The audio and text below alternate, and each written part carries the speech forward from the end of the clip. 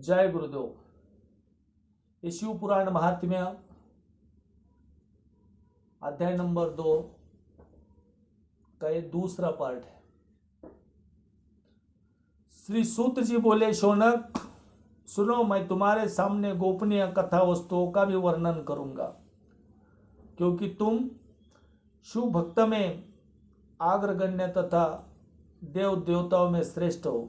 समुद्र के निकटवर्ती प्रदेश में एक वाशकल नामक ग्राम है, जहाँ वैदिक धर्म से विमुख महापापी द्विज निवास करते हैं। वे सब बड़े दुष्ट हैं।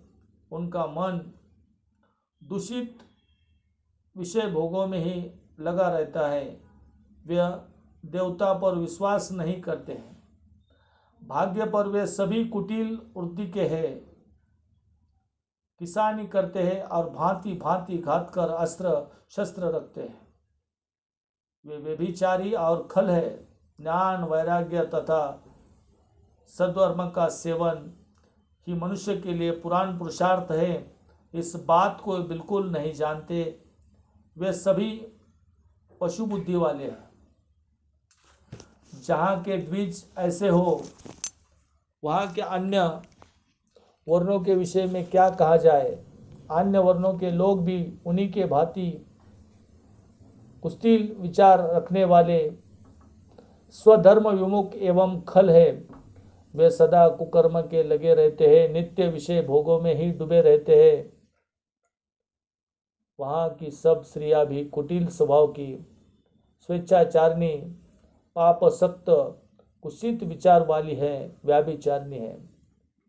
वे सद्य व्यवहार तथा सदाचारों से सर्वदा शून्य है। इस प्रकार वहाँ दुष्टों का ही निवास होता है। उस वासकल नामक ग्राम में किसी समय एक बिंदुंग नामधारी ब्राह्मण रहता था।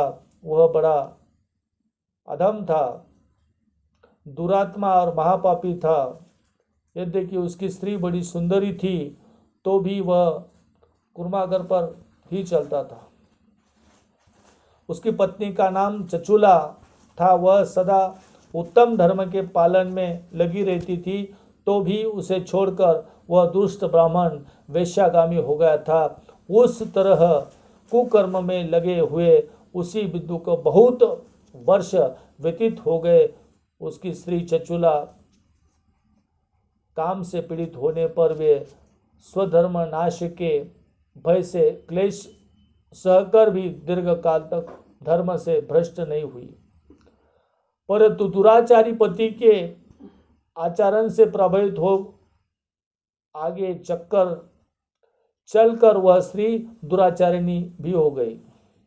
इस तरह दुराचार में डूबे उन मूढ़ चित्त वाले पति पत्नी का बहुत सा समय व्यर्थ बीत गया। तदनंतर शुद्ध जातीय वेश्या का पति बना हुआ वह दूषित बुद्धि वाला दुष्ट ब्राह्मण बिंदुक समयानुसार मृत्यु को प्राप्त हो नरक में जा पड़ा।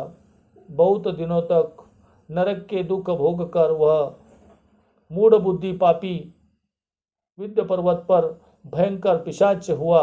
इधर उस दुराचारी पति बिंदुन के मर जाने पर वह मूढ़ हृदय चचुला बहुत समय तक पुत्रों के साथ अपने घर में ही रही। एक दिन दयोग से किसी पुण्य पर्व के आने पर वह स्त्री भाई बंधु के साथ गोकर्ण क्षेत्र में गई। तीर्थयात्रियों के संग से उसने भी उस समय जाकर किसी तीर्थ के जल में स्नान किया और वह साधारणतया मेला देखने दृष्टि से बंधु जान के साथ यंत्र तंत्र घूमने लगी।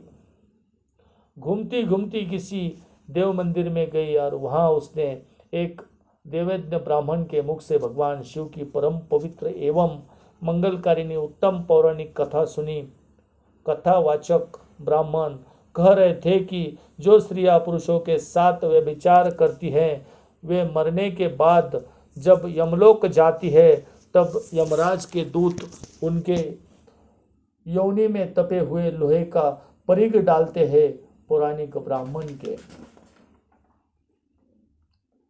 मुख से यह वैराग्य बढ़ाने वाली कथा सुनकर चचुला भय से व्याकुल हो वहां कांपने लगी। जब कथा समाप्त हुई और सुनने वाले सब लोग वहां से बाहर चले गए, तब वह भयभीत नारी एकांत में शिवपुराण की कथा वाचने वाले उन ब्राह्मण देवता से बोली, जानती थी इसलिए मेरे द्वारा बड़ा दुराचार हुआ है। मैं अपने धर्म को नहीं जानती थी। चचुला ने कहा, ब्राह्मण जी, मैं अपने धर्म को नहीं जानती थी, इसीलिए मेरे द्वारा बड़ा दुराचार हुआ है। स्वामी मेरे ऊपर अनुपम कृपा करके आप मेरा उद्धार कीजिए। आज आपके वैराग्य रस से ओतप्रोत उस प्रवचन को सुनकर मुझे बड़ा भय लग रहा है कि मैं कांप उठी हूँ और मुझे इस संसार में वैराग्य हो गया है। मुझे मूढ़ चित्त वाली पापिनी को धिक्कार है। मैं सर्वदा निंदा के योग्य हूँ, कुस्तीत विषयों में फंसी हुई हूँ और अपने धर्म से विमुख हो गई हूँ। यहाँ न जाने किस किस घोर कष्टदायक तुत्पात से मुझे पढ़ना पड़ेगा और वहाँ कौन कौन बुद्धिमान पुरुष कुर्मार्ग से मन लगाने वाली मुझ पापिनी का साथ देगा। मृत्यु काल में उन भयकर मृत्यु यमदूत को मैं कैसे दूंगी, जब वे बलपूर्वक मेरे गले में फंदे डालकर मुझे बांध के तब मैं कैसे धीरज धारण कर सकूंगी। नरक में जब मेरे शरीर टुकड़े टुकड़े किए जाएंगे, उस समय विशेष दुख देने वाले उस महायातना को मैं वहाँ कैसे सहूंगी। हाय मेरे मारी गई, मैं जल गई, मेरा हृदय विदित हो गया और मैं सब प्रकार से नष्ट हो गई, क्योंकि मेरे तरफ से पाप से ही डूबी रही हूँ। ब्राह्मण, आप मेरे गुरु हों, आप ही माता और आप ही पिता है, आपकी शरण में आई हूँ। मुझ दिन अबला का आप ही उद्धार कीजिए, उद्धार कीजिए। सूत जी बोले, सुना इस प्रकार खेद और वैराग्य से युक्त हुई चचुला ब्राह्मण देवता के दोनों चरणों में गिर पड़ी। तब उस बुद्धिमान ब्राह्मण ने कृतज्ञता पूर्वक उसे उठाया और इस प्रकार कहा,